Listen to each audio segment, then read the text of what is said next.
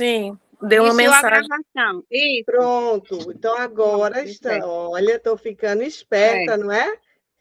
Que coisa boa. Tá vendo que essas tecnologias vai nos ensinando? Então, gente, vamos começar a nossa aula do estudo do livro A Simetria Oculta do Amor. Eu me chamo Elisângela, sou a professora aqui da especialização em constelação familiar online com bonecos. A gente vai estudar esse livro, A Simetria Oculta do Amor.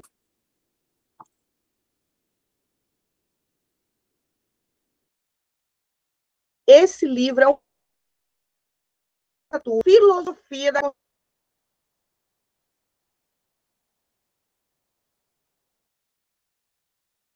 constelação. Eu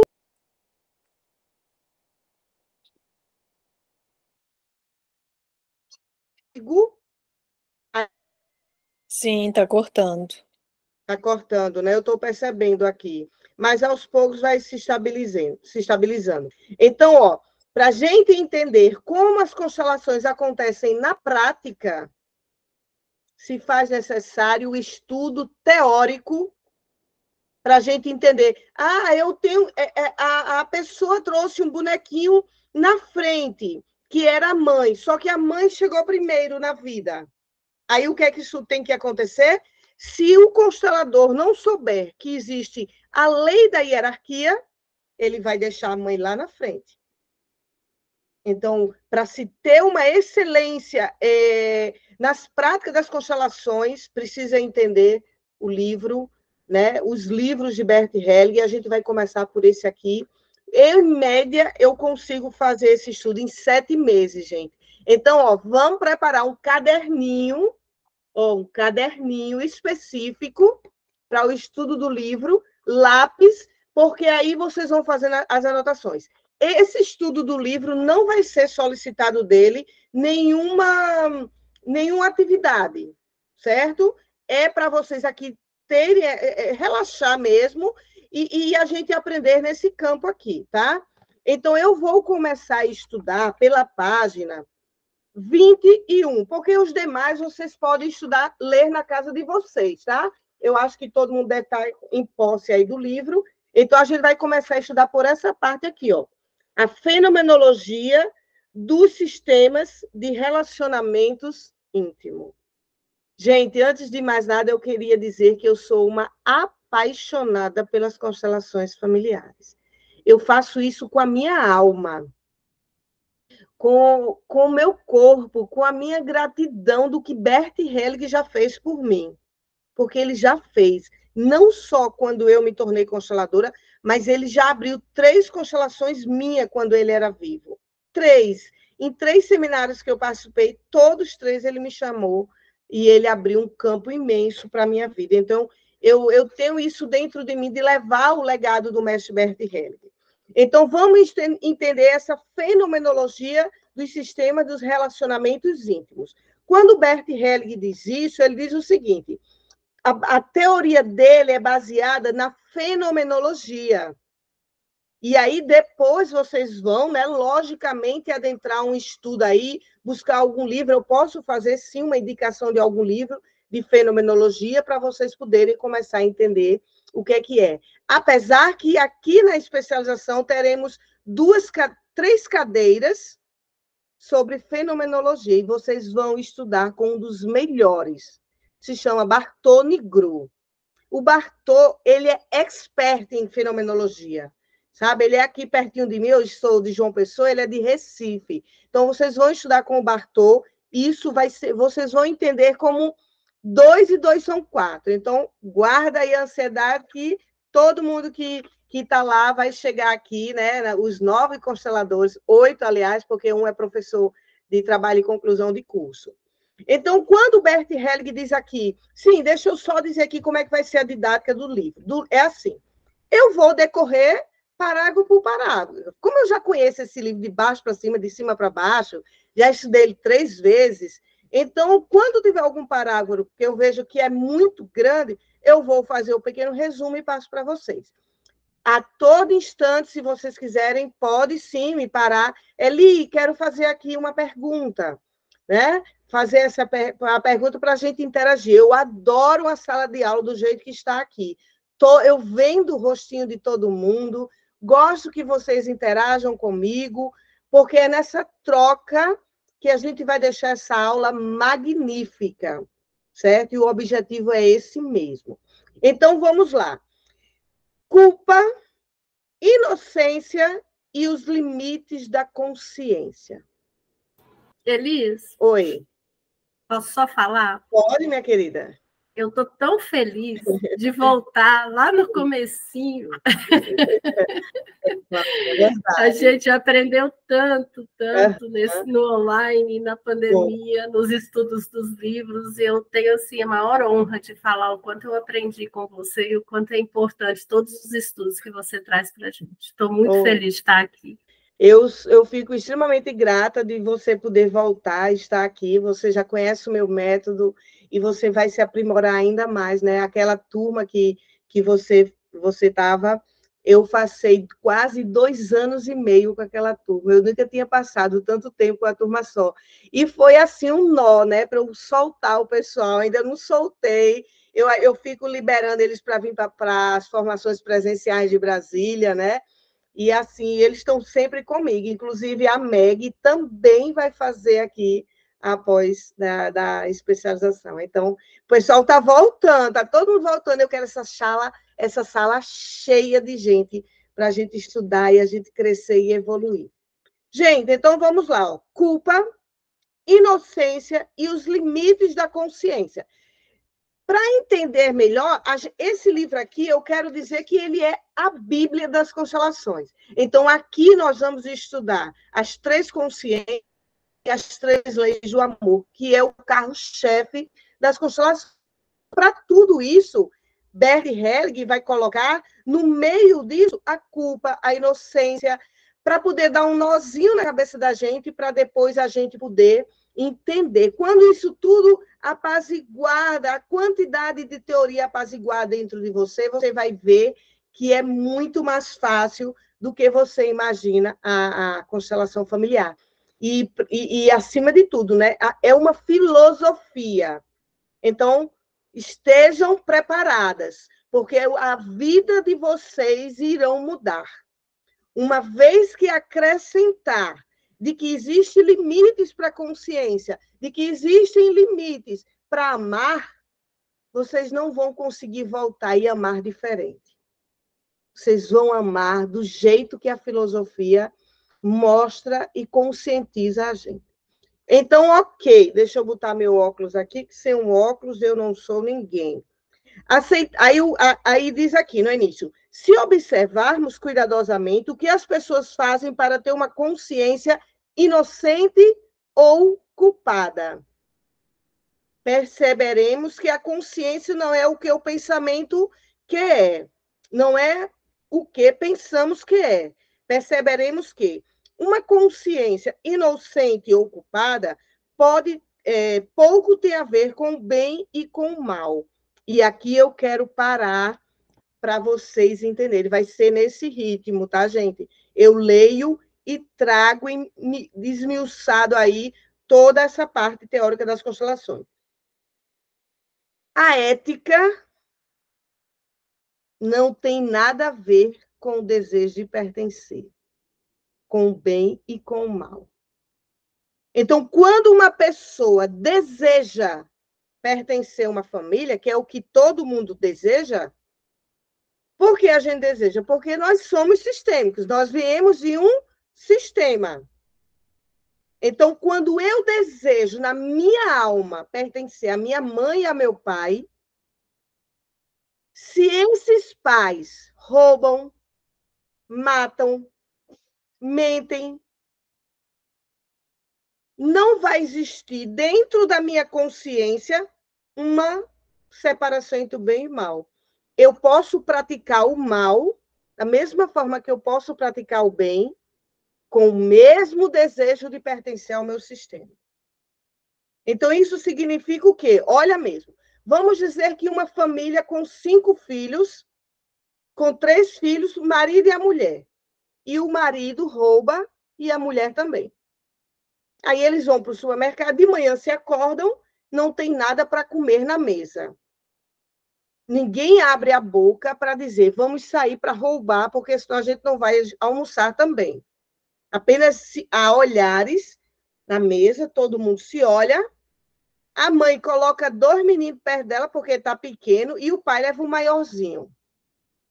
Ele entra no supermercado e, numa rapidez, pega um macarrão e coloca dentro da roupa. Ele não disse nada ao filho, roube também. Mas as percepções construíram uma ideia. Roubar. Foi construída uma ideia. Ideias não se constroem apenas quando a gente fala.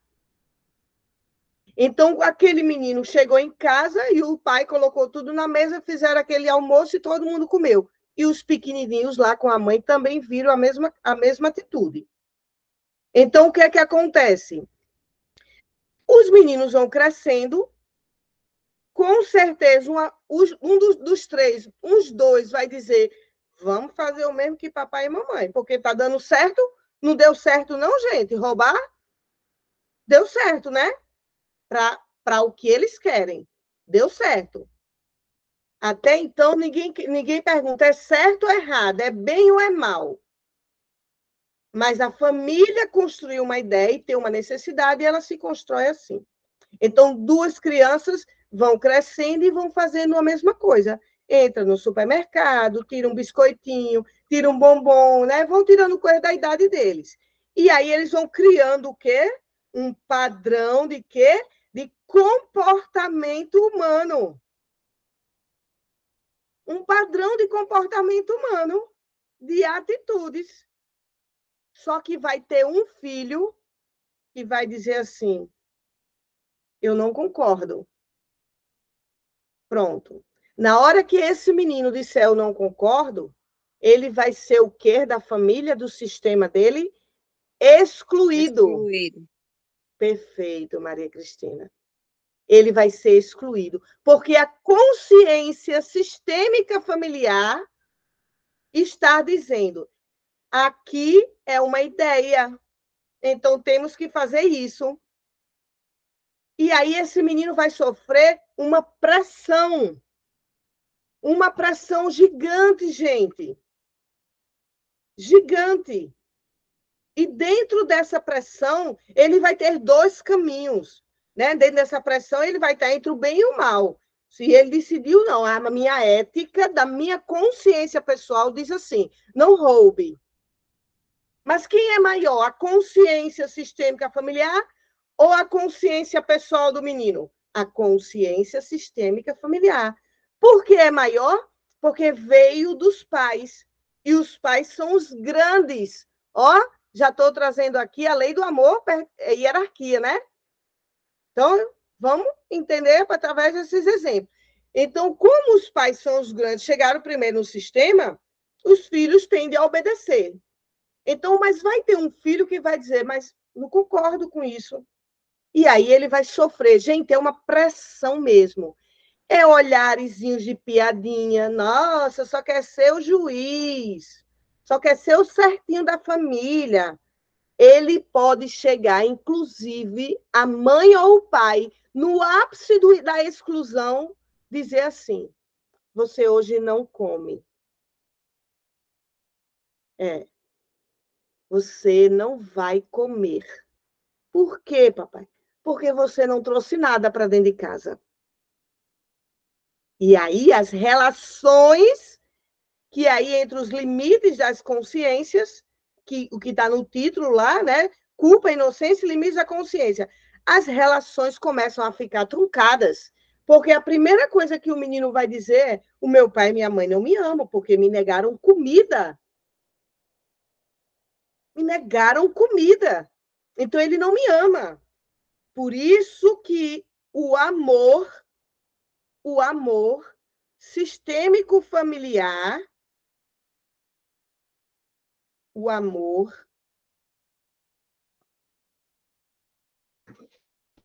vou só gravar aqui, vou enxergar. É por isso que o amor sistêmico familiar E apenas esse amor sistêmico familiar do seu pai, da sua mãe, da sua avó, do seu avô, da sua irmã, do seu irmão, esse é o único amor que tem a capacidade de excluir. De excluir. Imagina, Elisângela, mas como meu pai e minha mãe podem me excluir? Podem. Se eles estiverem achando que você não está condizente com a ética deles, com o pensamento, com a ideia deles, eles excluem sem culpa. Porque a consciência sistêmica familiar, ela é arcaica, dura e pesada.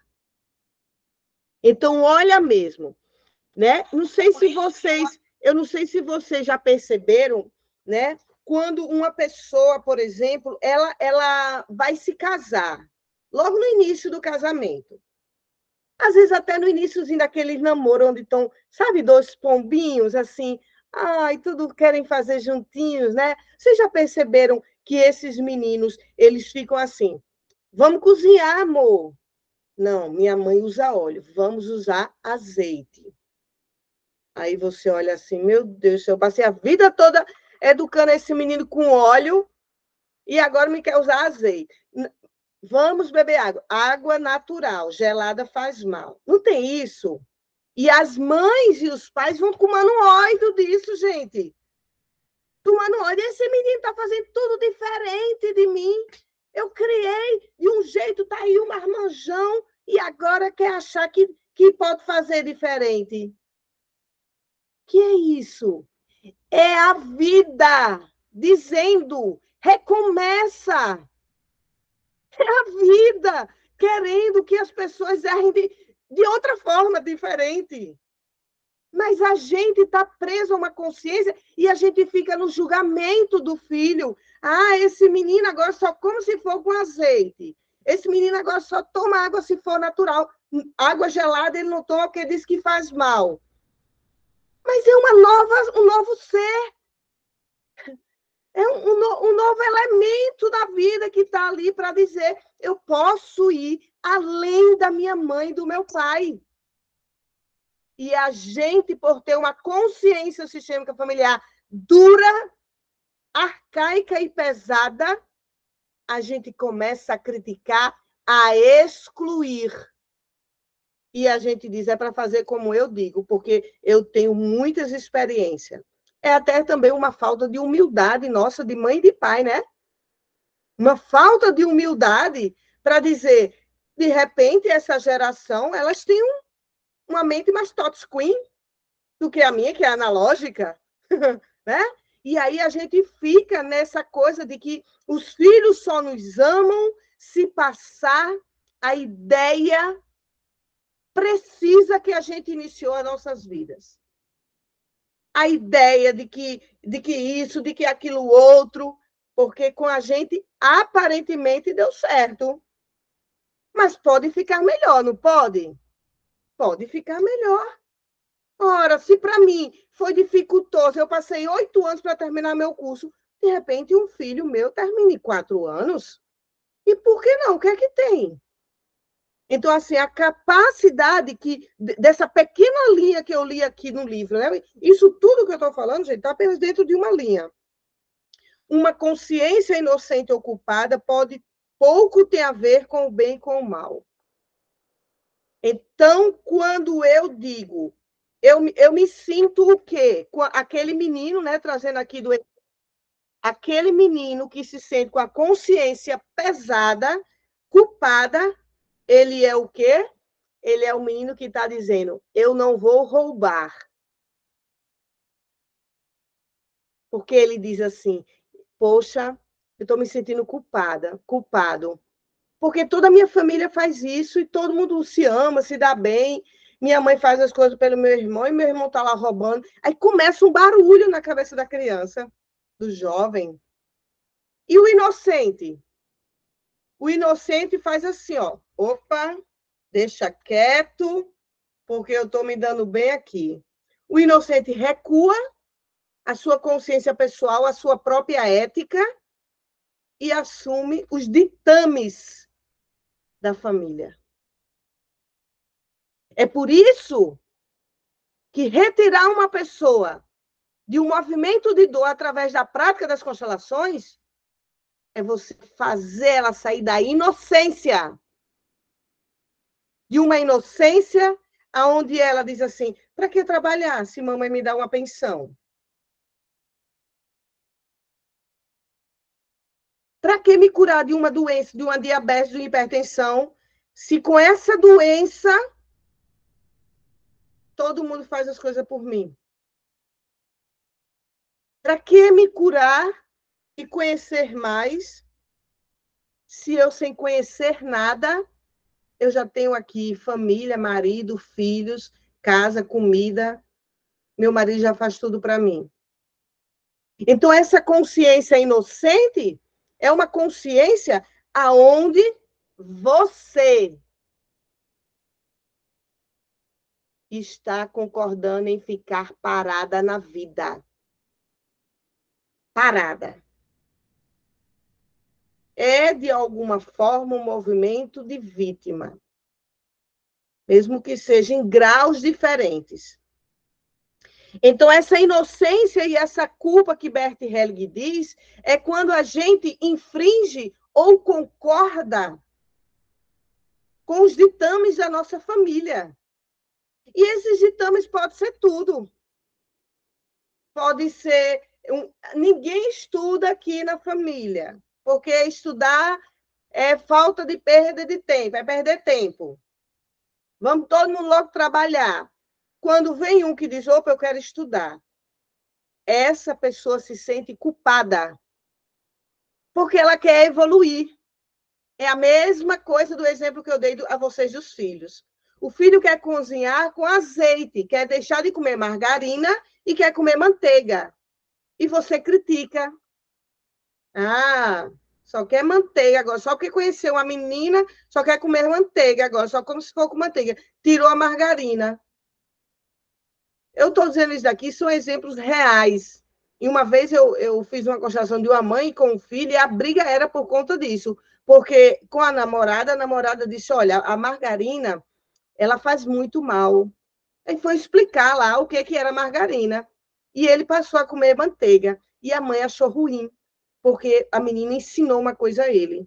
E aí eu cheguei para ela assim, e por que você não aprende também, né?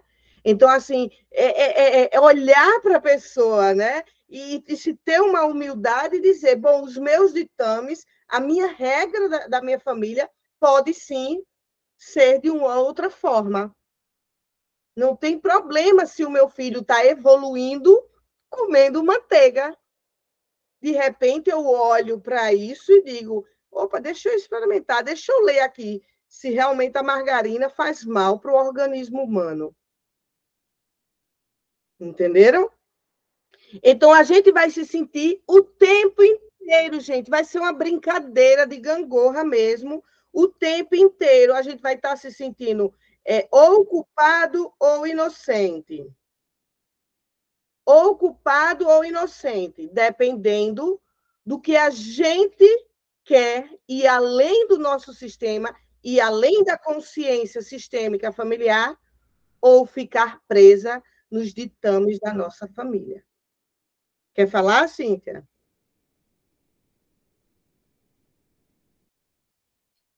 Não, eu quero só, licença, eu queria só saber a página que você está. Sim, desculpa. Olha, gente, eu falando tudo isso e...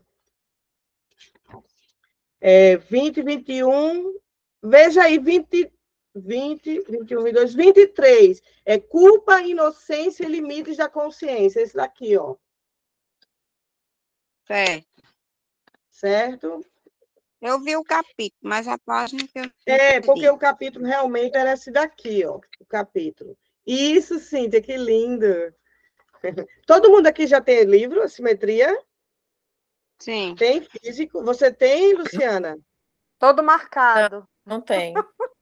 Olha, Lu, se você vier fazer a especialização, eu terei que mandar o kit lá para os Estados Unidos. Eu vou mandar um livro para você, que eu tenho 2, viu?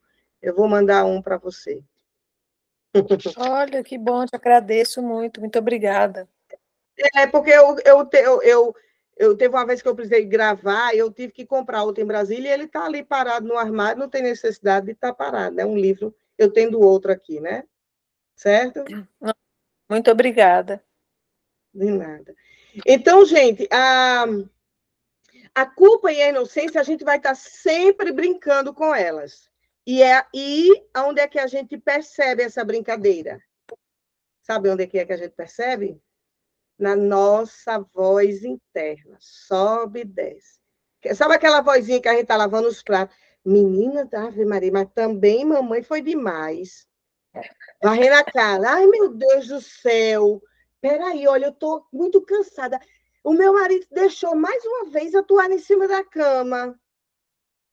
Não é? Aquela voz, ela é a nossa sabedoria mais profunda. Ela está falando para a gente não adoecer. Ela está falando porque a gente está se calando. Então, a gente que tem que comandar essa voz com o quê?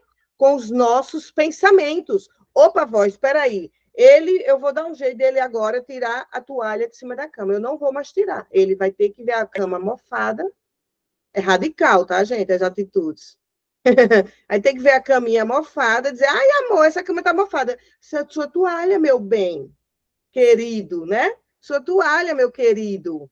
Né? Então, a educação, ela é assim, é cheia de limites, tá? Educação não é nhenhenhê, não. É cheia de limites. É super nani mesmo. Então, quando a gente começa a escutar essa voz, a ficar atenta à escuta dessa voz, a gente vai se perceber se a gente está culpada ou inocente. Eu lembro de uma vez que uma pessoa chegou para mim e disse, Elisângela,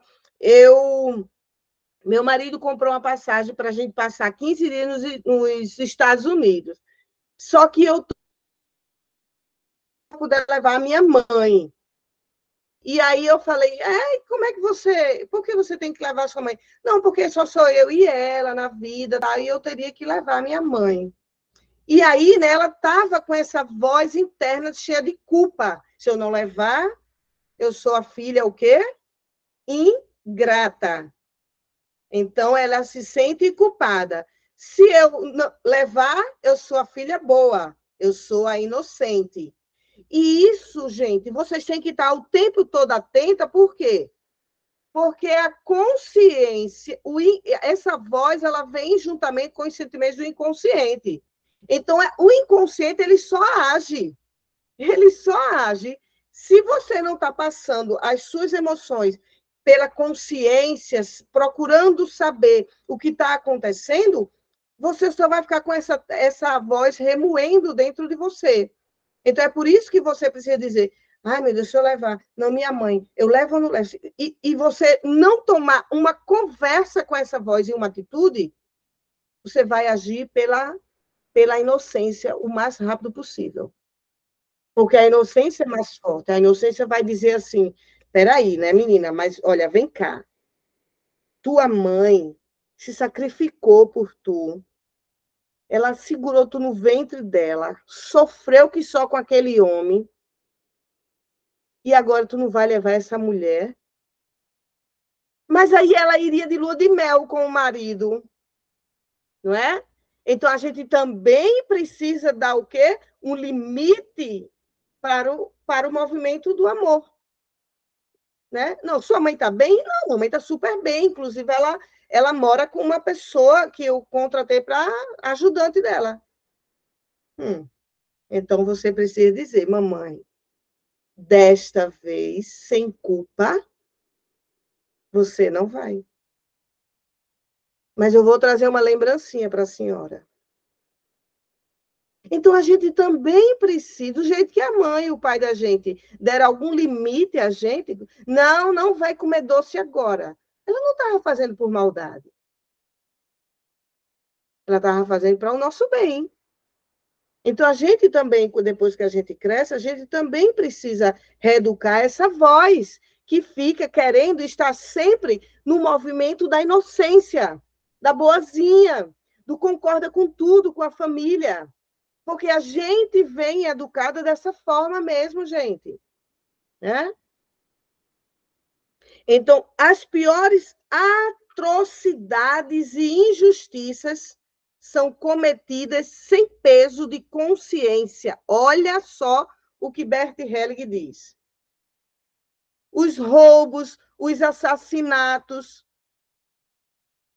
os abusos sexuais. Quantos abusos eu não recebi em consultório? Pessoas dizendo, não, mas agora que eu lembro perfeitamente que minha mãe aceitou o peixe que ele queria dar para mim, e aí ele veio lá para casa com o peixe, eu estava comendo o peixe, e mamãe saiu. Olha só. E mamãe saiu. E sua mãe foi para onde?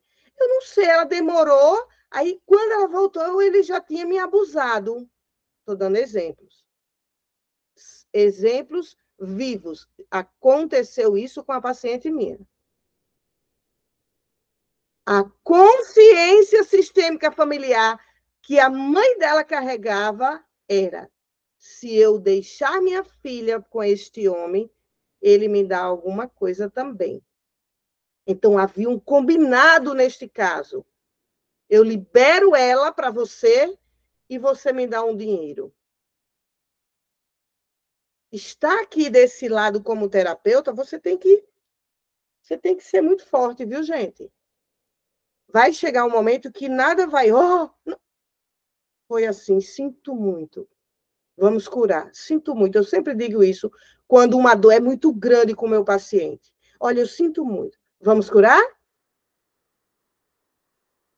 Porque vai existir, sim. De tudo que você imaginar. Eu já constelei uma moça que ela fez na base de umas 10 constelações comigo em coisa de 3 anos, mais ou menos. Essa moça, ela vinha de um movimento que ela não estava percebendo o que tinha acontecido até então. Mas o bloqueio na vida dela, qual foi o bloqueio? Ela só atraía homens abusivos. E ela não estava entendendo, porque ela tinha uma família com mãe, pai, os pais eram separados, eram casados, mas um dormia no quarto, outro dormia no outro, mas, tipo, Natal, todo mundo fazia aquela ceia, né? E ela não estava entendendo por que só estava atraindo homens abusivos. E aí, com meus bonecos, né, através do método baralho sistêmico, aqui quase todo mundo já conhece o meu método. Eu tenho cartas aqui de abusos, de arquétipos de abuso, arquétipos da amante, vários arquétipos. A Meg entrou e eu não vi ela aqui. Meg? Acho que não está. Se tivesse, estava aparecendo, né?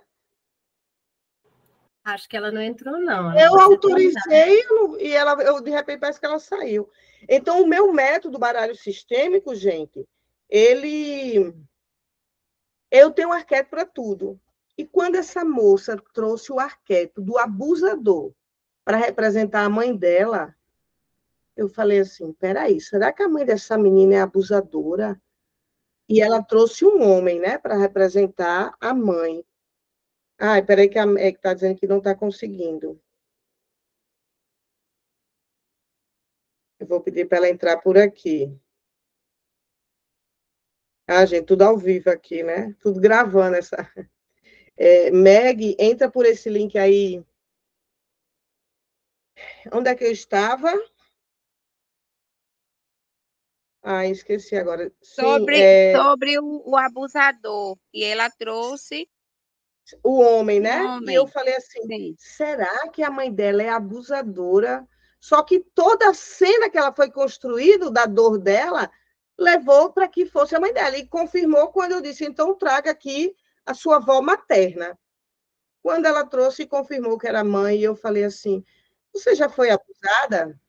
E ela falou, não, eu nunca fui abusada. Ela não está conseguindo entrar aqui. Entrou. Ela não, né? Ela disse, não, eu nunca fui abusada. Só que eu confio, assim, 100% nas minhas cartas. 100%. E eu falei, essa moça foi abusada. Aí comecei a trabalhar, abrindo as cenas das constelações. Chegou um pouco mais na frente e eu perguntei de novo, porque eu sempre faço isso. Eu falei, você tem certeza que você não foi abusada? Nunca ninguém lhe colocou no colo e fez carinhos nas suas partes íntimas? Porque como ela não vinha com memória de um abuso assim, que ela viu alguém pegar ela à força, eu falei, alguém deve ter pego ela meio que carinhosamente, se ela perceber, né? Ela falou, aí nisso, quando eu falei isso, ela, peraí, Eli, eu lembrei agora de uma coisa que uma vez eu não gostei. E que eu fiz isso durante muitos anos. A mãe dela colocava ela no colo e tocava nas partes íntimas dela. E ela dormia com a mãe, porque o pai dormia no outro quarto e ela dormia com a mãe. Então, ela, depois dessa constelação, ela começou a perceber e ela sofreu, sim, vários abusos da mãe dela. Só que dava-se outro não. Vem aqui que a mamãe vai lavar você bem direitinho. Entendeu? Era suave, né? E, acima de tudo, com uma pessoa de alta confiança dela, que é a própria mãe, né? Então, gente, as maiores, é como o livro diz aqui, as maiores injustiças e atrocidades são cometidas dentro de um movimento da consciência sistêmica familiar, e todo mundo, às vezes, até concordando e percebendo que tem alguma coisa ali de errado, que é do mal, mas ninguém diz nada, por quê? Porque estão entre a culpa e a inocência. Se eu reclamar que o papai mata, eu vou me tornar culpado, eu vou me tornar excluído da família. Se eu concordar, eu sou o inocente, eu permaneço aqui. Entenderam?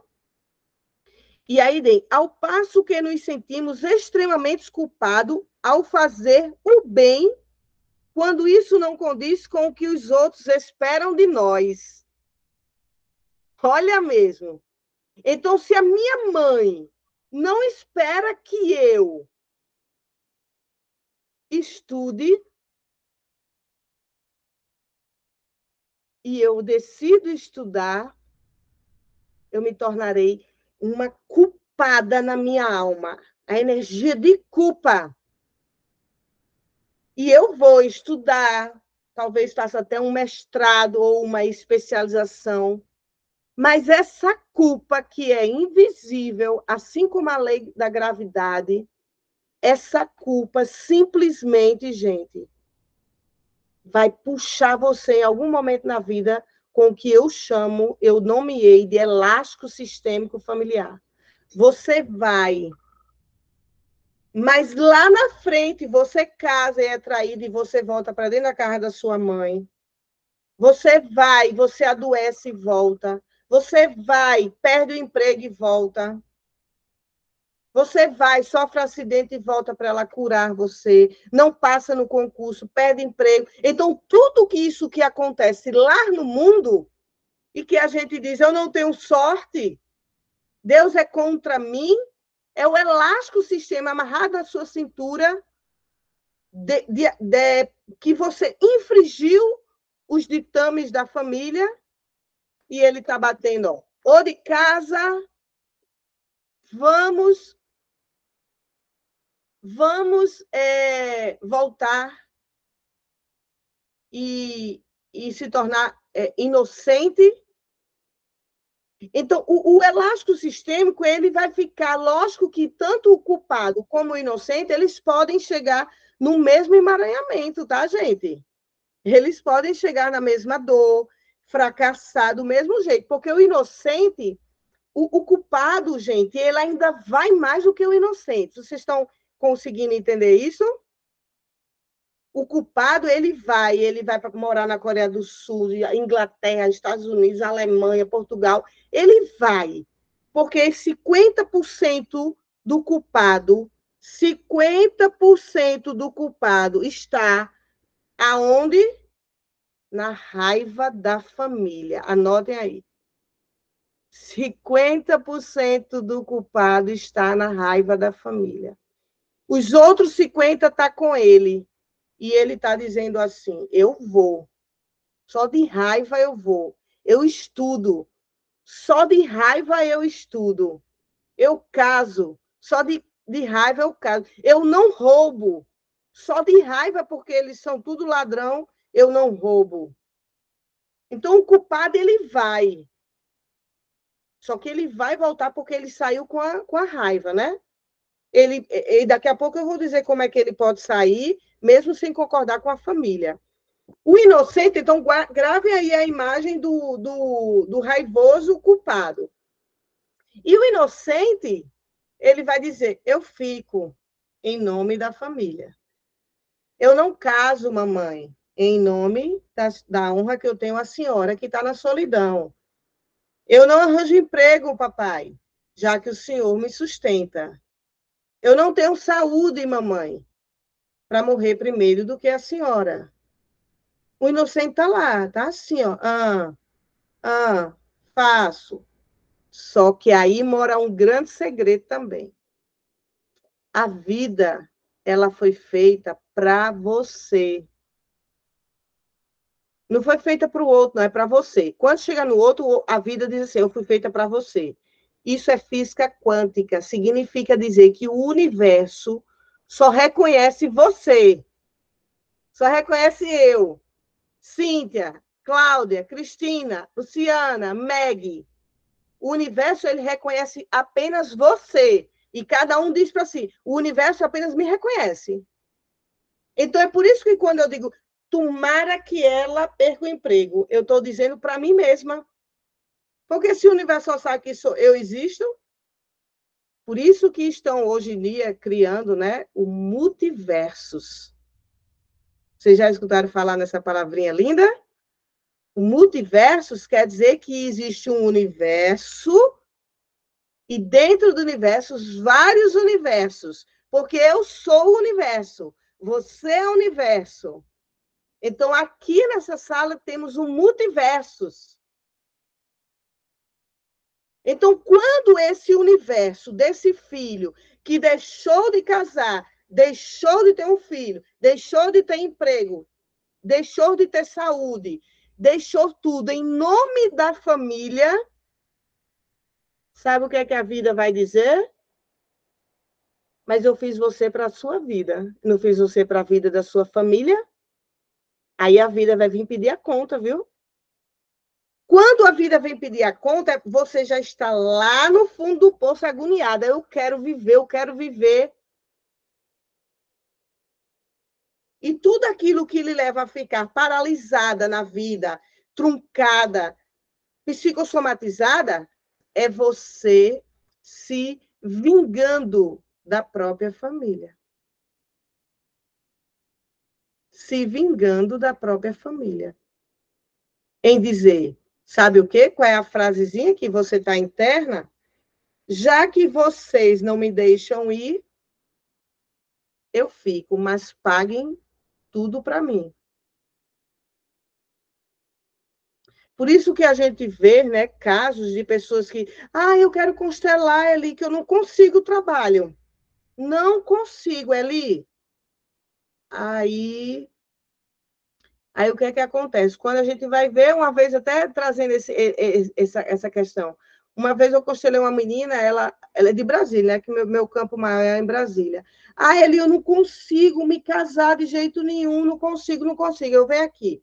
Aí coloquei ela, dificuldade de casar, fui colocando um monte de gente.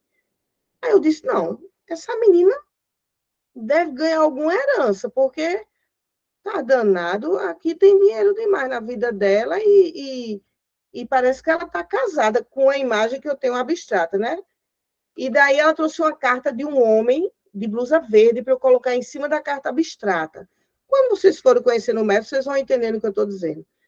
E aí, quem era? Eu perguntei assim, olha, você ganha algum dinheiro extra que lhe dá estabilidade na vida? Aí ela disse, ganho. Eu disse, tá, como a gente está em terapia, você poderia me dizer? Ela disse, posso. Ela ganha 35 mil reais do pai. O pai era do exército, naquele período que quando o pai morria, a filha e a mulher ficavam com uma grana boa. e a mãe dela ganhava uns 35, ela ganhava, parece que era 35 também, eu sei que a menina tinha 35 mil. E com um detalhe, se casar, perde. A regra de receber esse dinheiro é essa. Aí eu falei para ela, como é que você quer casar desse jeito? Você não vai casar, né? Você está casada, diga aqui, eu estou casada. Só que aí, né, você tem que dar para o teu paciente algumas pequenas soluções. Eu fiz, mulher, eu tive uma ideia top para tu casar. Porque tudo na vida é uma ideia. Ela disse, qual é, Eli? Eu fiz, não casa no papel. Fica morando tu no apartamento e ele no apartamento vizinho. E aí vocês não casam no papel para tu não perder teu dinheiro, porque eu também não posso dizer para a mulher, não, mulher, abre mão de 35 mil reais para tu ter teu sonho de Lagoa Azul e se casar. Gente, pelo amor de Deus, 35 mil é 35 mil, né? Eu não podia jamais dizer isso. Eu falei, manda ele alugar um apartamento do lado e tu casa, tu fica no teu AP e tu casa lá, né? Para não ter nenhum problema. De repente até faz uma parede vazada assim, que dentro dos apartamentos vocês se cruzam lá por dentro. Ela adorou. Mas para vocês terem uma ideia, como a gente está vinculado a algumas coisas que a gente às vezes não percebe, né? E esse movimento da culpa é um movimento, sim. Então, o inocente, ele vai estar lá punindo a família. Não um caso para ficar com você. Me sustente. Ele está fazendo isso porque ele está lá concordando com tudo. Se roubam, se matam, se desviam alguma coisa, está concordando com tudo. Porque a ética, como eu disse no início, não tem a ver com o desejo de pertencer.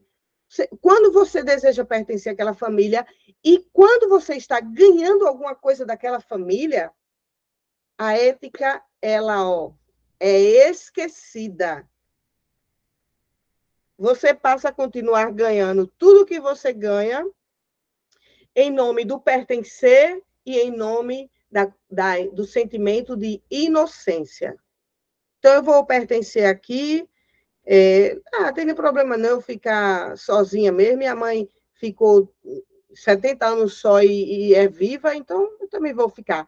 Só que essa voz aí, gente, ela não é uma voz que você conversa com ela. Ela fica só no inconsciente seu, vem um pouquinho para a consciência bem rápido assim, aí depois volta para o inconsciente. Né? O Luiz Gasparetto chamava isso de bicho, né? Bicho é aquela voz intuitiva que a gente tem. E pode acreditar, às vezes a gente diz assim, mas rapaz, quando a gente começa a tomar um processo de autoconhecimento e de evolução, né? Mas, rapaz, eu até tinha pensado sobre isso, né? Que minha mãe realmente estava me prendendo aqui. Mas aí você, naquele dia, 10 anos atrás, você teve essa intuição. Olha, minha mãe disse assim, não vai não, filha, para o cinema, fica comigo. Quando ela disse isso, ela deu uma ideia a você, né? E você lá, quando você analisou a ideia dela, você entrou aqui, ao invés de ser diabo e anjinho, você coloca culpa e inocência. Quando você analisou, você disse, opa, peraí, se eu ficar, eu ganho alguma coisa dela no futuro. Se eu for, eu perco. Aí você decide ficar. Isso é tudo muito rápido, gente. Não é assim como eu estou falando com vocês. A culpa, eu fico, eu vou. A inocência, eu fico, eu vou. Não é assim, é tudo muito... Sabe? É tipo velocidade da luz mesmo, é tudo rápido dentro de você, e você toma atitude ali, né? E às vezes até sua mãe ou seu pai praticam, né? Filha, eu passei ontem numa concessionária, eu vi um carro novo, você estava pensando em trocar o seu, eu posso te ajudar, meu amor. E você, opa, aí perdeu um cineminha por conta de um carro, aí é que vem a jogada. Eli, quer dizer que eu não posso receber nada? Pode. Só que você vai para o cinema também. Você recebe e vai para o cinema também. Para ela entender que você pode conciliar os ditames da família e suas novas ideias. A família precisa perceber isso. Eu posso ir para a ceia de Natal, mas vai ter um Natal que eu não vou. e está tudo bem. É dentro de você que você tem que dizer que está tudo bem. O culpado, voltando para o culpado vai estar lá. Voltando para o sistema, tudo dando errado, ele vê nas coisas, nossa, me casei aqui e, de repente, fui traída, cheguei no canto e estou tentando, e fico voltando, né?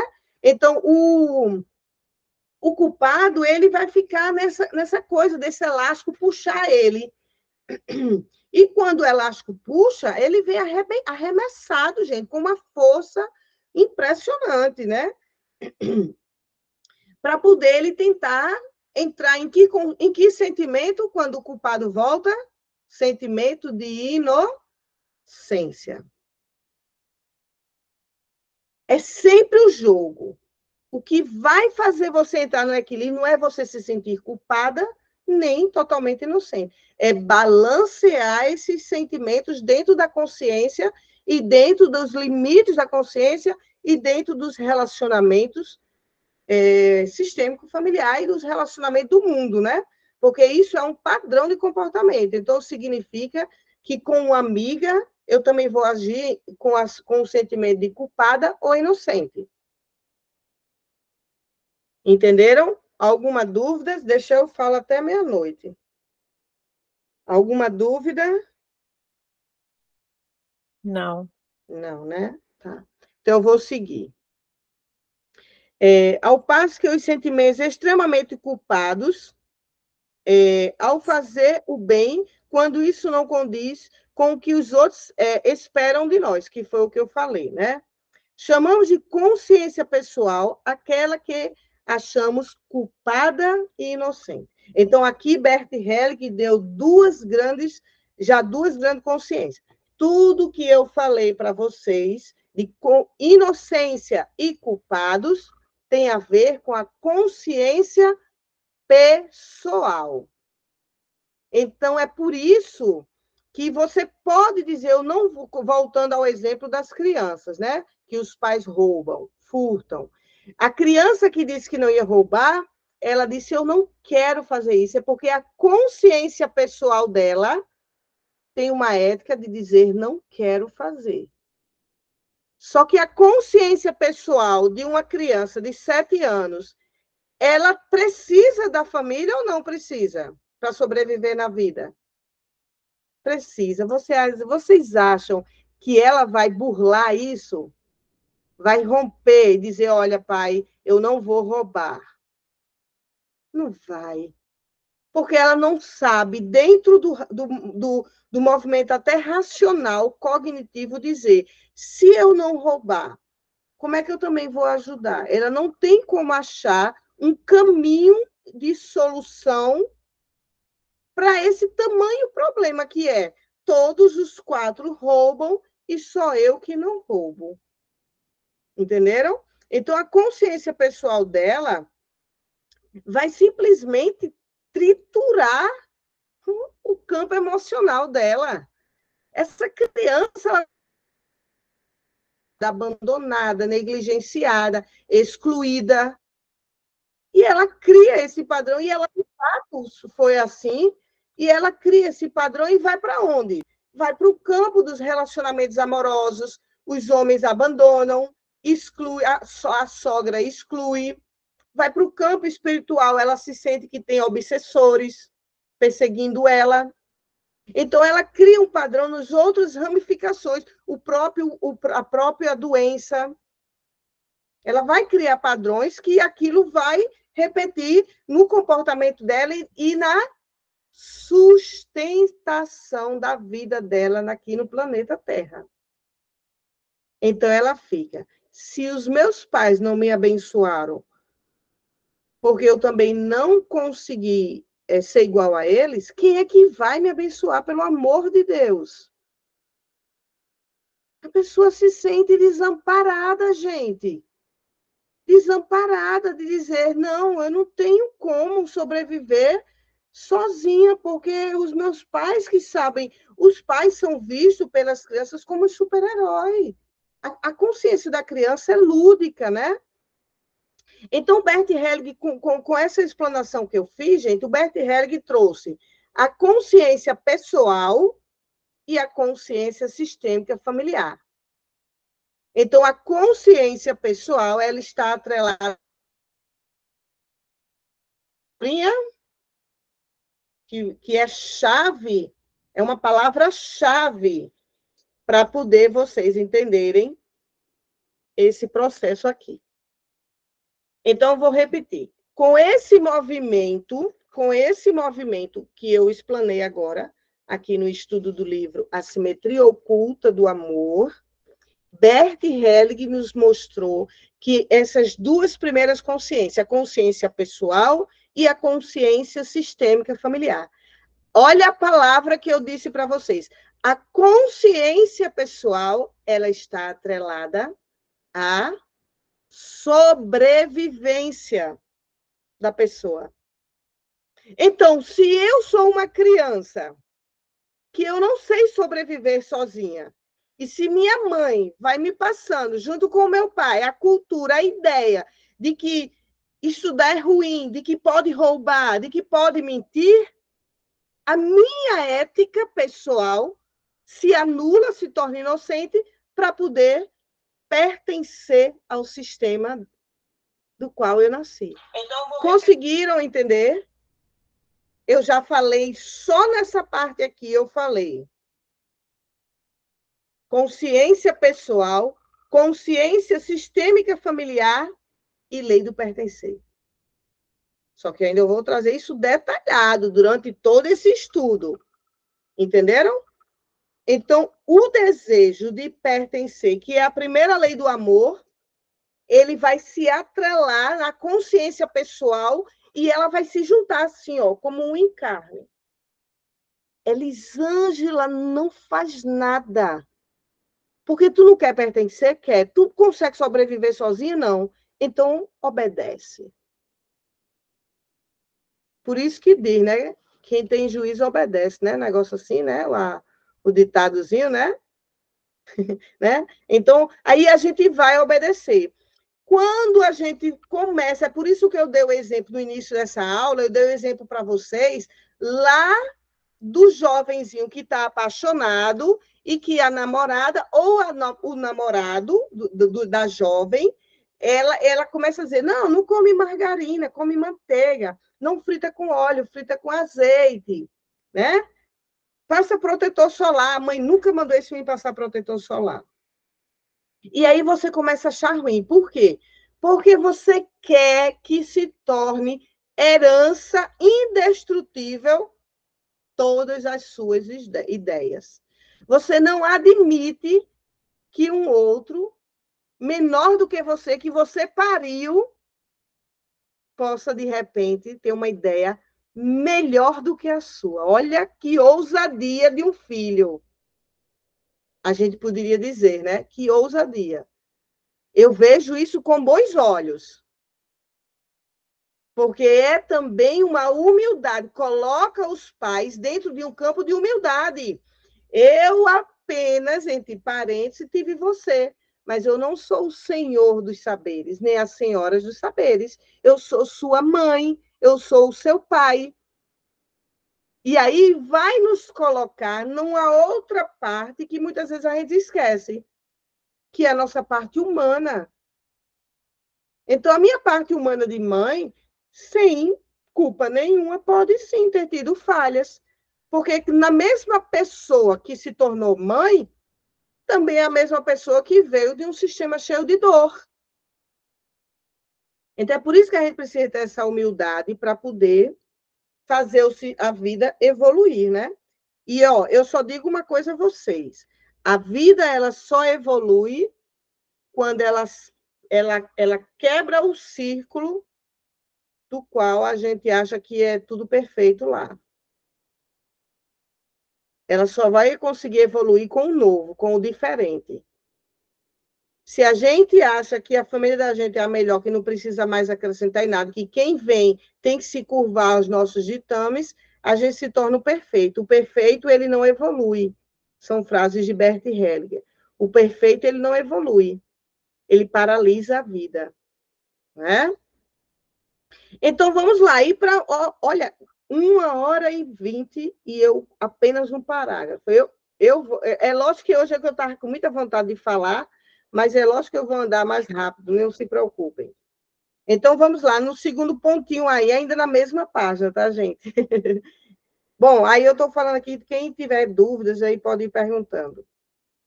Aí ele vai lá no outro pontinho, ele diz assim, nossa consciência pessoal tem diferentes padrões. Olha que incrível, eu quero saber se vocês já tinham pensado nisso. Nossa consciência pessoal, deixa eu fazer um videozinho aqui, que esse está muito top.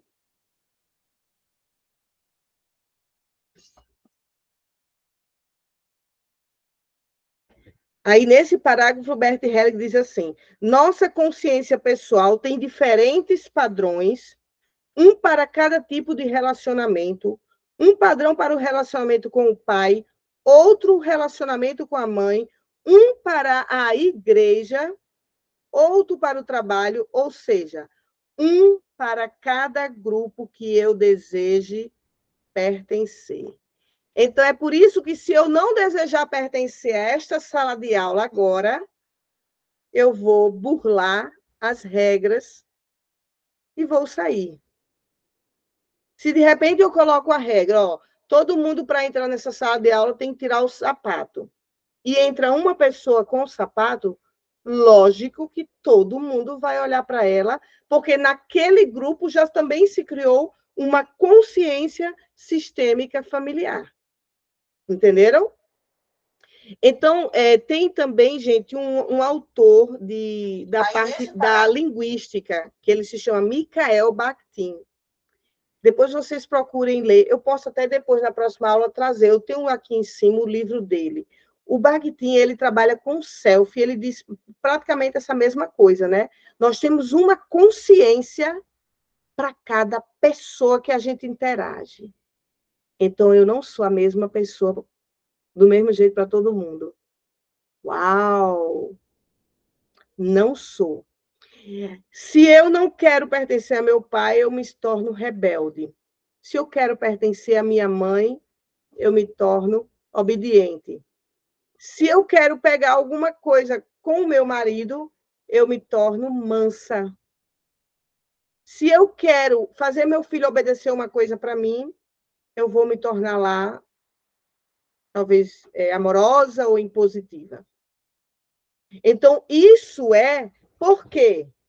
Lembra da teoria dos multiversos? O meu universo vai lidar com esse universo, porque esse universo tem as suas regras, tem as suas ideias, tem os seus ditames com esse outro universo.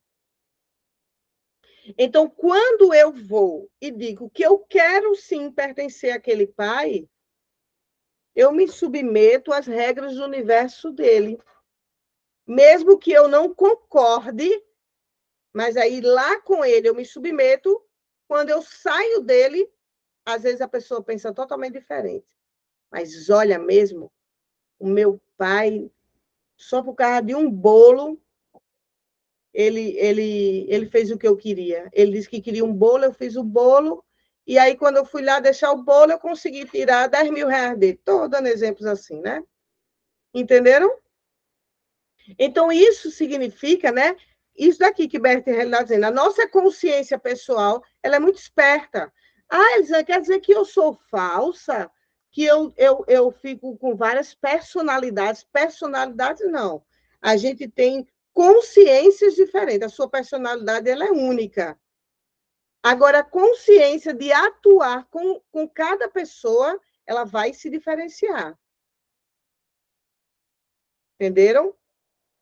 Então, por isso que às vezes a pessoa diz assim, nossa, você conhece aquele rapaz? Conheço, um menino muito religioso, um menino muito educado, muito comedido, uma pessoa inteligente, falante. Aí a pessoa diz, peraí, e nós estamos falando da mesma pessoa? Porque lá no terreiro, isso é bem real, tá, gente? Eu já aconselho assim, tudo eu tenho um exemplozinho, né? São 9 anos de consultório. E aí, lá, mas ele vai para o terreiro, ele vai para um terreiro da Umbanda, eu já estive lá e ele foi. terreiro, mas ele é evangélico. Então, ele tem alguma questão na persona que faz ele ter a consciência pessoal modificada em vários grupos que ele deseja pertencer, porque ele quer tirar alguma coisa de cada pessoa. Então, para ele se submeter lá no terreiro, ele tem que se submeter às regras do terreiro. Mas lá na igreja evangélica, ele tem que se submeter à regra da igreja evangélica. Só que a ideia central dele, eu estou dando exemplos aqui, possa ser que ele queira apenas, como vítima, aqui ele diz que está sem trabalho, o pessoal ajuda ele, aqui ele está sem trabalho, o pessoal ajuda ele. Então, ele tem uma ideia de como ganhar dinheiro. E ele se submete à consciência do grupo de acordo com a consciência pessoal dele. E é por isso que até eu sempre, quando eu estou dando palestras ou aula, eu digo, né, para as mães observarem os filhos, porque quem é mãe de mais de um filho, não tem como, gente, a gente colocar a mesma regra para todo mundo, tá? Porque vão ter, né, sentimentos diferentes para cada filho, consciência pessoal diferente para cada filho. É igual mesmo, como disse, igual os dedos da mão, né? São tamanhos diferentes. Então, os filhos também são assim. Aí aqui diz assim, além da consciência pessoal, estamos sujeitos também a uma consciência sistêmica familiar, que é isso que eu falei. Eu quero que vocês imaginem assim, essa minha mão aqui é a consciência pessoal, é o que é dentro do teu ser, mais íntimo seu. A consciência sistêmica familiar é onde a gente nasce e a gente se coloca, vamos até imaginar que a gente se coloca pela glândula pineal como um fio invisível que a gente se acopla à família da gente. Então, a consciência pessoal ela é um guarda-chuva, vamos dizer assim, que embaixo do guarda-chuva abriga tantas e tantas pessoas. E essa consciência pessoal, e é importante que vocês saibam disso, ela vai além da mãe, do pai, dos irmãos. Ela também vai incluir avós maternos e paternos, bisavós, tataravós, vamos colocar 7 gerações para trás. Certo? Então, até 7 gerações para trás, está tudo dentro desse guarda-chuva, que eu estou chamando aqui, metaforicamente, de consciência sistêmica familiar. E tudo que foi vivido de relacionamentos está guardado neste guarda-chuva. Ele é passado pelo que Bert Helling descobriu, que se chama memória sistêmica familiar. E a memória sistêmica familiar, a gente não vê, mas ela existe, ela passa de um campo para o outro. É aí onde entra a teoria do Hubert Sheldrake, que são os campos morfogenéticos, que passam a epigenética, né, também está incluída aí, que passam de geração em geração. Então, é por isso que quando uma pessoa diz assim, eu tenho dificuldade de engravidar, e ela já me procurou várias pessoas assim, e aí, você foi ao médico? O médico disse ali, eu fiz todos os exames, o médico disse que está tudo perfeito. Quando a gente vai ver, a bisavó morreu no parto. Então, veio a bisa, morreu, a mãe sobreviveu, teve 10 filhos, eu já abri essa constelação. Não eram nem 10, gente, eram 15 filhos. E foi assim, ó. Olha essa constelação. A bisa da mulher morreu no parto e a mãe ficou. A mãe dela teve 14 abortos, porque eram abortos espontâneos, e no 15ª tentativa ela nasceu. Eu disse, essa mulher está com medo de morrer, igual, né? De perder filhos igual a mãe. Só que estava atrelada aos 2 sentimentos daqui, ó, da bisa e da mãe dela. Só que pela estrutura da mãe dela, você passar por 14 tentativas de gravidez e você não desistir, é porque essa mulher é forte, não é não? Eu só podia pensar, não, ela é uma uma heroína. Então, provavelmente não veio dela, deve ter vindo lá de trás. Foi quando eu pedi uma carta para ela trazer a bisa dela, a avó dela, e, desculpa, a bisa não, a avó dela, e a avó dela tinha morrido no parto da mãe. Então, o medo de engravidar dela vinha lá da avó. E isso é muito certo dentro da teoria das constelações. Muito certo de acontecer. Porque quando a gente não conhece, né? Conhece ou não conhece a história da nossa família, isso pode sim reverberar nas gerações seguintes. Eli, e o que é que vai fazer a gente parar com esse... Como é que diz na Bíblia, gente? A Bíblia tem uma palavrinha, esqueci agora. Esqueci. O jugo não, Bom, é uma palavrinha, depois eu lembro que eu queria dizer. Então, essas maldições que às vezes a gente pensa, né, que está acontecendo, como é que a gente faz para parar tudo isso ali, né? É tomando essa nova consciência, o autoconhecimento, é o verbo, fazer o verbo que sai da sua palavra sair de forma que honre a história e os destinos de cada pessoa da sua família.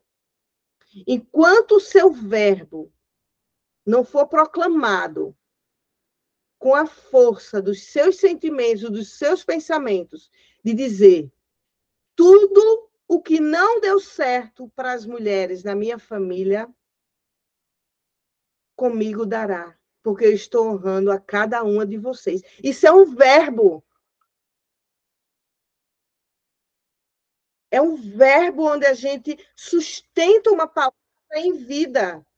Um fardo, né? Ainda não era fardo, mas era um jugo, não fardo. Porque tem um negocinho que diz que passa de geração em geração. É sempre uma palavrinha que vem em Bíblia, que é bem interessante também. Mas é mais ou menos isso, Cíntia. Então, gente, essa palavra, por isso que Bert Helling trouxe para as constelações familiares a cura através da palavra. Porque o verbo, ele é ação. A gente, para modificar a nossa vida, a gente tem que ter pensamento, que é elétrico, sentimento é magnético, e o verbo, a ação. Se eu ficar o dia todo, eu libero minha mãe, eu libero minha mãe, eu libero minha mãe, está na consciência cognitiva. Eu libero minha mãe, mãe, eu te perdoo, não vai acontecer nada. Não vai liberar nada, sabe por quê? Porque os seus sentimentos, sem você, às vezes, perceber, você tá vendo? Se minha mãe tivesse feito diferente, eu estava em outro patamar. É a voz interna que está cheia de sentimento. E, às vezes, até o verbo. Você foi tomar um sorvete. Aí uma me encontrou com uma amiga. Oi, mulher, como é que tu tá? Mulher, olha, eu tô bem, mas... Aí começam a conversar, ela vai falar mal da mãe dela. Mulher, eu não posso nem te dizer. A minha mãe também é essa criatura indesejável. Se tu vê o que essa mulher fez comigo, pronto, você proclamou um verbo. Então, a mudança quântica na vida, ela é o pensamento acoplado com a cura dos sentimentos e um novo verbo de ação para a sua vida. Por isso que, quando a gente vai fazer a cura da constelação, a gente diz, diga aqui para sua mãe, mãe, não será em vão tanto sofrimento do que você passou. Eu terei alegrias na minha vida em sua homenagem. Isso é um verbo, isso é uma ação. Você tem que pegar essa sua fala e agarrar e dizer, esse é o meu universo. É o universo da mudança. E aí a mudança vai acontecer. E é desse jeito que muita gente foge das constelações. A Bíblia fala maldição, exatamente. De geração em geração. Maldição. Então, né, por isso que muita gente vai fugir das constelações. Sabe por quê? Porque a constelação, ela ela exige ação sua. Não é feito Rivotril que você toma e 3 minutinhos já está dormindo, não. Na constelação, você sai dali pensando, lembrando de cada palavra que você precisou refazer perante sua mãe e perante seu pai. Mas, rapaz, eu com 39 anos de idade, detestando minha mãe esse tempo todo, e Elisângela veio e me disse, mamãe, eu esqueço tudo e fico longe sem culpa. Olha o que a ideia que eu dei para a pessoa. Diga para sua mãe, mamãe, eu esqueço tudo. Me serviu como experiência. Mas eu fico longe. Porque essa frase é construída, por quê? Porque se a mãe deu um dano com o pai, ela vai ter uma energia do direito, né? Eu vou ficar longe, mãe. Mas ela não vai lá com uma culpada, né? Que raivosa, que vai dizer: olhe, você fique longe de mim, porque você estragou minha vida. Essa pessoa que falou assim, ela teve a ação do verbo e ela teve o pensamento e o sentimento de julgamentos e de condenação, mesmo que tenha sido real. Foi real, Eli. Você não estava lá comigo para ver as humilhações que minha mãe fazia. Tudo bem, eu sei. Eu também tenho histórias pessoais. Mas a gente aqui para esse mundo, a gente não veio viver cor-de-rosa, não, viu, gente? A gente veio viver pancadão mesmo aqui. Aqui é o mundo de pagar. Aqui é o mundo de experienciar. Você acha que quando você pedir a Deus, Deus, por favor, me dê paciência. Deus vai dar um local com um jardim para vocês, tranquilos, passarinhos, uma música de Beethoven. Pronto, Deus me deu paciência, que lindo! É assim que Deus manda paciência? É não. Sabe como é? Você vai dirigir toda feliz e a pessoa tá devagar, pensando em quê? E você, bom dia. Ali você experimentou a paciência. Entendeu?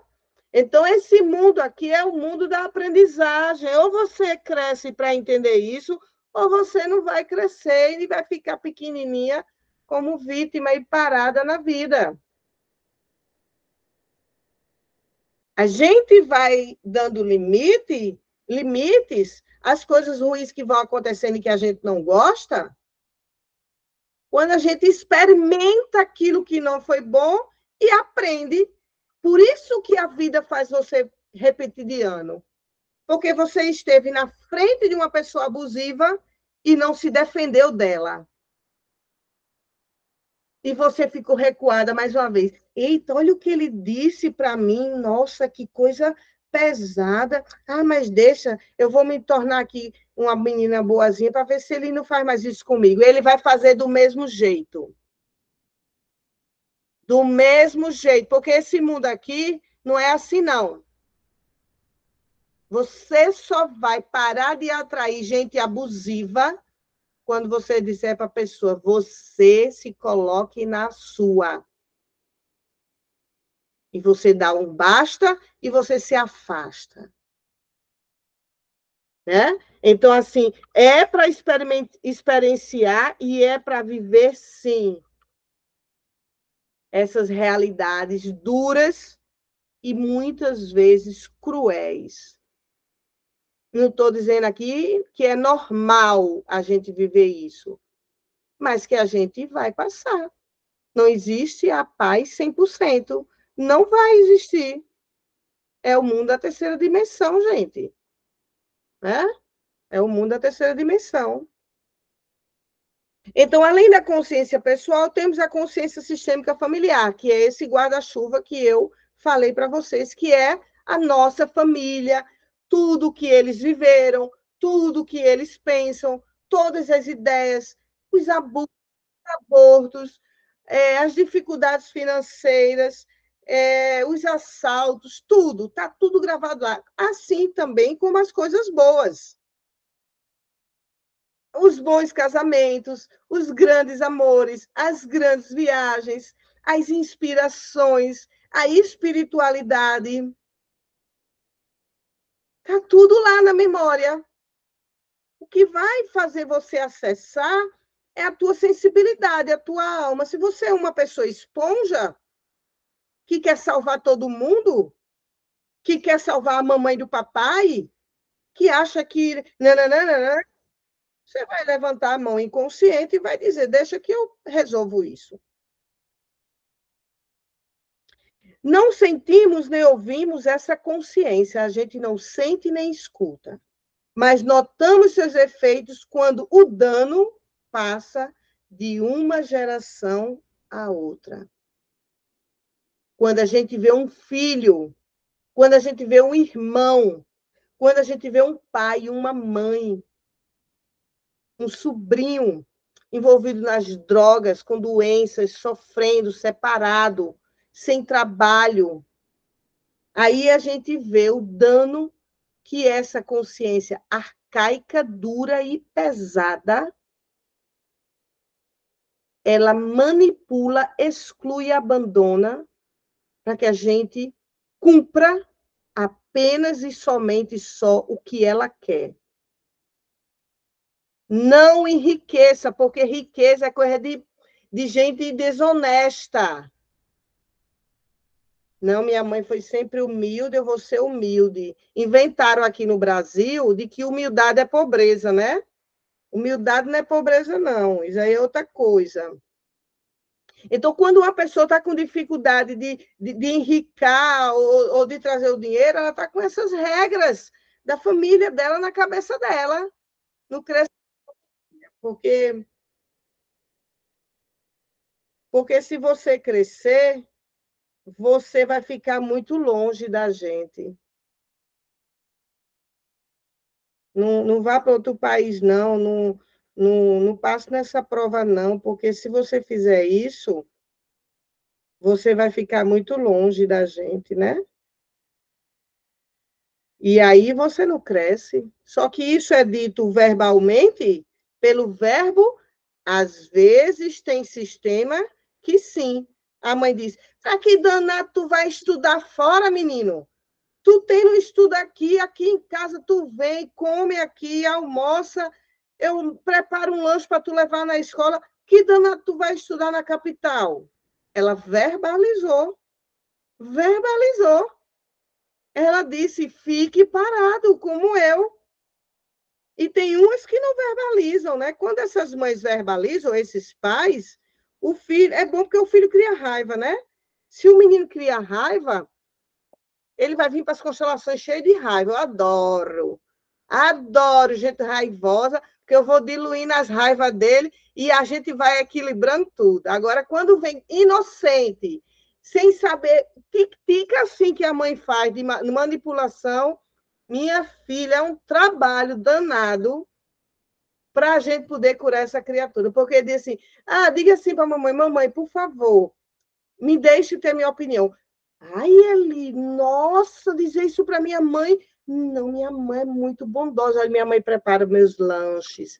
Minha mãe recebe todos os meus amigos. E nananã, só a mãe tem culpa, né? O pai também. Então, aí o menino diz, né? Mamãe, me deixe pensar diferente. Deixe que eu faça isso para a minha vida sem a culpa. Entenderam? Então, essa consciência sistêmica familiar, ela vai estar até o fim da vida com a gente, tá, gente? Não se desesperem, né? Mas ela vai estar até o fim, e é bom que ela esteja, porque uma vez que eu nasci no sistema, eu já sou quem? Eu já sou o meu próprio sistema, né? Se eu posso morar na Coreia do Norte, na Coreia do Sul, em qualquer canto do país, do mundo, eu vou estar levando mamãe e papai dentro de mim. Não só na genética, porque geneticamente eu sou o quê? 50% papai e 50% a mamãe. Eu vou levar eles para onde eu for. Só que para além de levar na genética, eu levo nas ordens, nos ditames, nas ideias, nos pensamentos, na raiva que eu escutei mamãe esbravejar, no abandono que eu senti do papai. São exemplos. Eu levo tudo isso. Está nas minhas células já.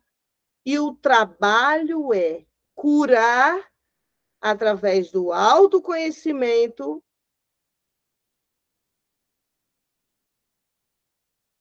e de liberar o que para eles deram certo, mas para mim não. Quantas constelações eu não fiz pedindo para o filho dizer assim, diga assim, mamãe, olha, mãe, eu vou te dizer. Olha, mãe, eu vou te ser sincera. Vem cá, mãe, para a senhora saber um pouco. Eu honro muito, viu, a senhora? Eu honro muito meu pai pela vida que vocês me deram e o sustento. Mas, mãe, deixa eu te contar uma coisa aqui dentro de mim, com toda a minha sinceridade. Esse modelo de casamento assim para mim não serve.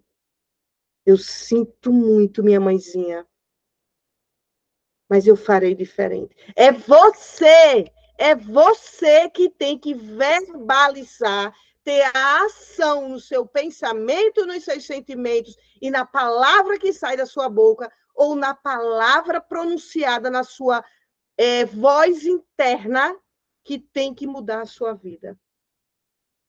Não adianta esperar por mamãe e papai a bênção, dizer, nossa, que lindo minha filha dando aula na universidade.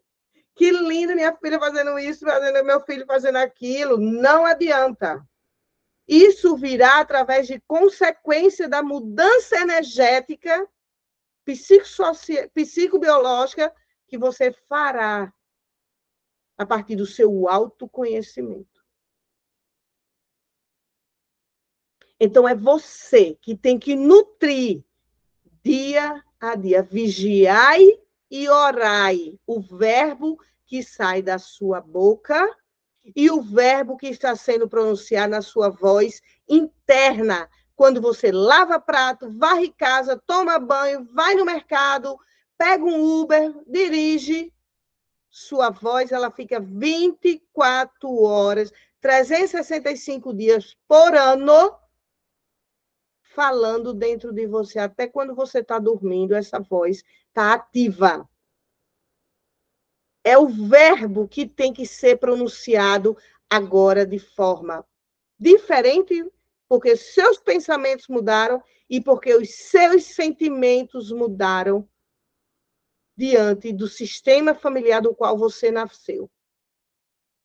Que ele pode ser, inclusive, um sistema desfuncional. Um sistema que você viu o pai alcoólatra, batendo na mãe, a mãe bebendo também, batendo nos filhos, e você foi a única sobrevivente daquele movimento todo.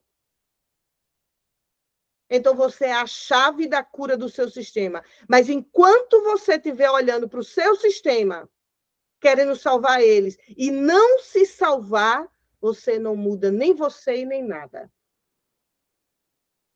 Então, tem que ser a partir de você. Mas, Eli, isso não é muito egoísmo, não. É para ser assim mesmo. Para ser com esse movimento. Eu, por mim, agora. Por isso que Bert Hellinger traz tanto essa frase. Eu, por mim, agora. Quando eu digo eu por mim, eu estou os pensamentos para mim, os sentimentos para mim e o meu verbo para mim. Tudo tem que voltar para o meu coração. Eu não sei se vocês sabem, devem saber, o nosso coração, ele tem uma força. Eu vou dizer uma porcentagem aqui, mas pode ser mais ou menos. O cérebro, no cognitivo, ele funciona, vamos dizer, 5%. E o coração, ele funciona 95%. Então, se eu digo o dia todo, eu vou ser rica, eu vou ser rica, eu tenho um namorado, eu vou ter um namorado, eu vou me curar, não vai acontecer nada na sua vida. Agora, se você sente um calor no peito, chegando na academia todo dia, você sente você com seu namorado, você sente os seus clientes lhe procurando, alunos se matriculando,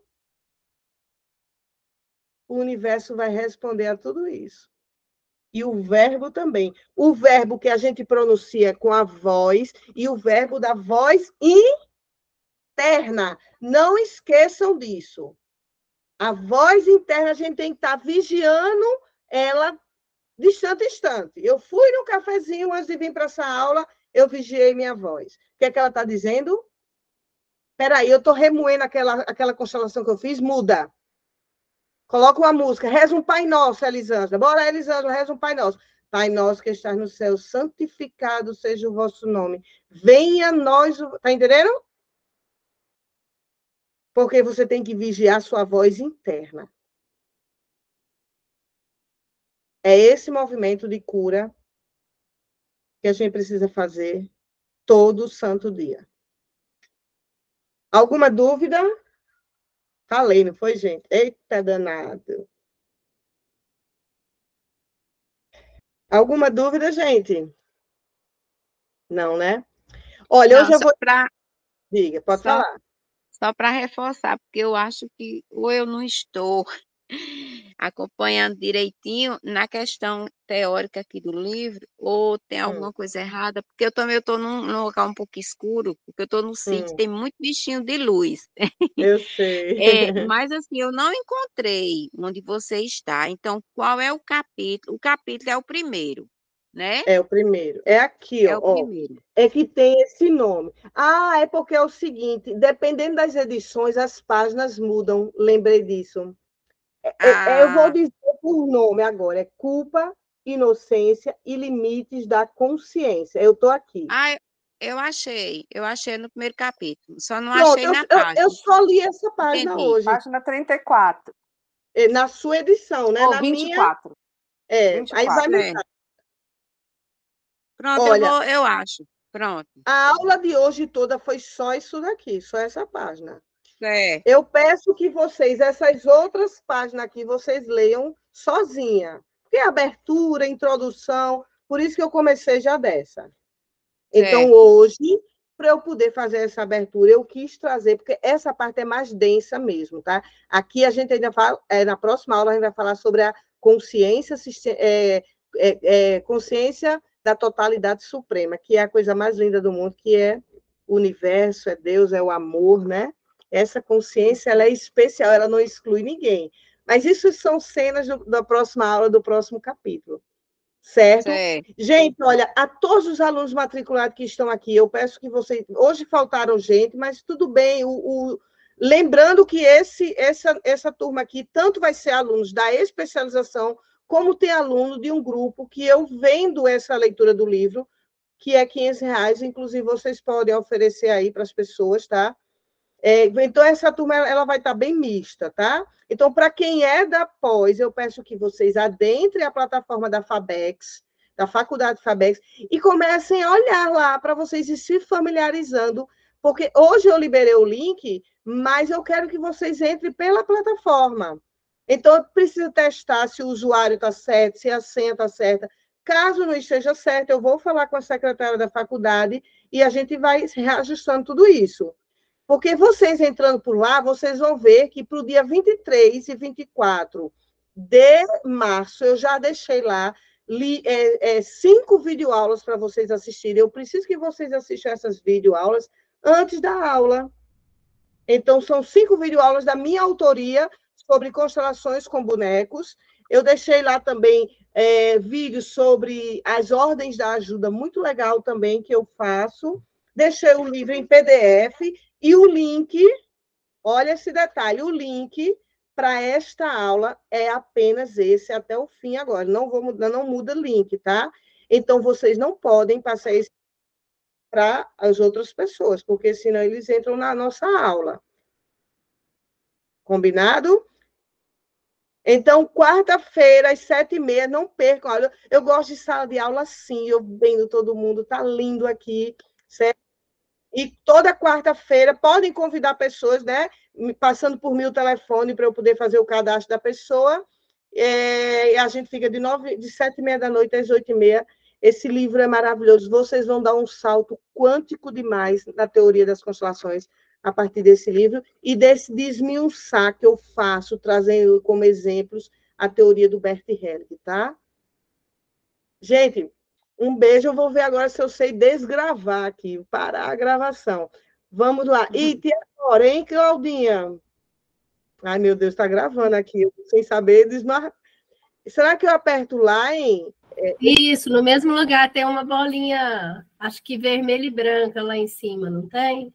Aí aqui, parar a gravação, tá dizendo. Isso. Parar a gravação. Pronto, parei.